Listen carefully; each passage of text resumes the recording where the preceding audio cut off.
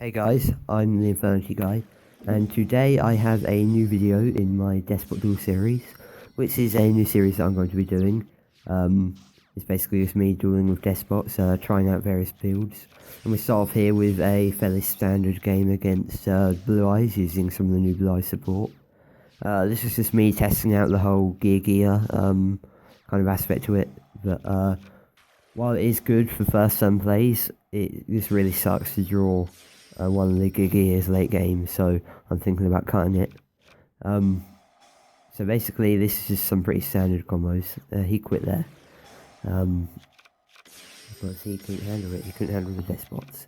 These are just some fairly standard combos, machine dupe and all that stuff. Here we come against a zombie player, and again we're using some of the new Breakers of Shadow stuff, such as Twin Twister. And then he's using some of this Burgess Toma things, which I believe are in Shining Victories. I may be wrong on that. So yeah, I guess Despot Freeze effect is just absolutely amazing. Just in scenarios like this as well, just to push the game. Then up next we come up against a burn deck. This was in a match, this is game 1. And it appears on Devro that I frequently do open up Augur, but in real life, like at locals and stuff, I very rarely see it early game. So hence to my doubt about running it. But apart from that, this that I'm working on at the minute is pretty good.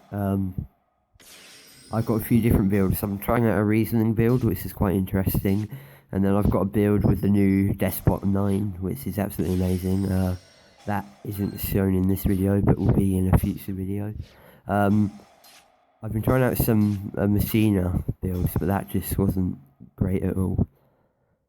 So this, I feel like this is just a fairly standard list with the Gigias.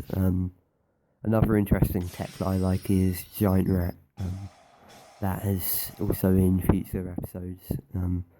It's a really good consistent card for the deck. So we end up losing game 1, but we just go ahead here into game 2. So yeah, we go second.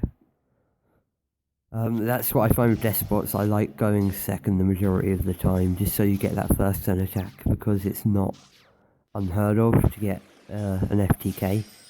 So to go second to let you pull that off in the first turn is really good.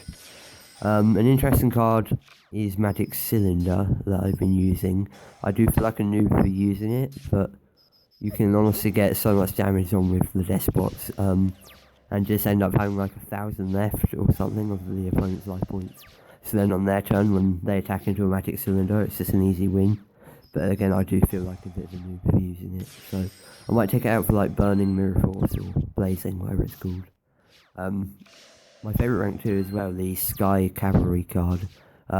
It's amazing for situations like this, just probably not so much in the current meta, but just against like random rogue decks like this, it's great for getting over things such as Aroma Jar and Masterman on. It's also good for Beals, but again that's not really a tier 1 option. So yeah, I guess attack into a Blast Sphere there, which is quite annoying. I remember that card from my childhood actually. I think I had it I used it like in every deck on the DS game. I think it was like 2007 or something. But yeah, back in the scrub days. Yeah, it's a bit of a grind this game, just with its continuous attacking and continuous attacking and his continuous defending, but we do win and move on to game 3. It's a pretty decent hand. It sets up nice scale opportunities, but unfortunately he has the Ojama trio, so I cannot make the most of that. And I'm pretty sure I spend the rest of the game figuring out a way to get them off my board, but I think I am unsuccessful in that. And then he has the annoying Thunder Short, which is basically a worse just desserts, but then on the Steel Cage as well, that's quite annoying. Basically all these stall cards, just locking me out of the game, and then eventually he draws it and I lose the match, unfortunately.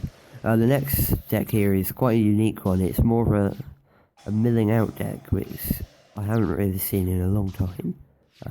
Maybe it's not unique to some of you who have played it before. But yeah, I don't think I've played a deck like this in a while.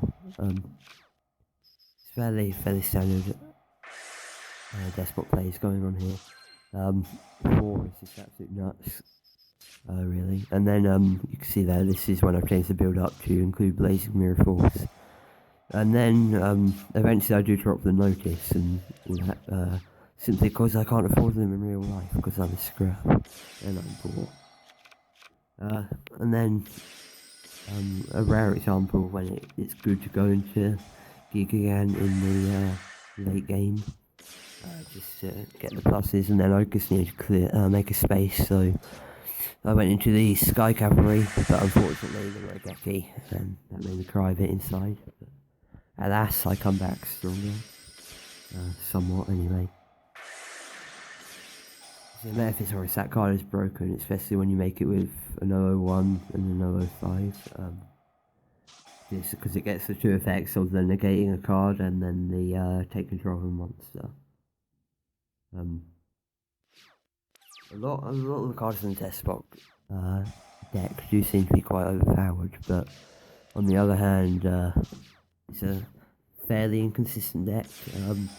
Well, the new field spell should help that, but it's not in this episode, but it will be in a future episode.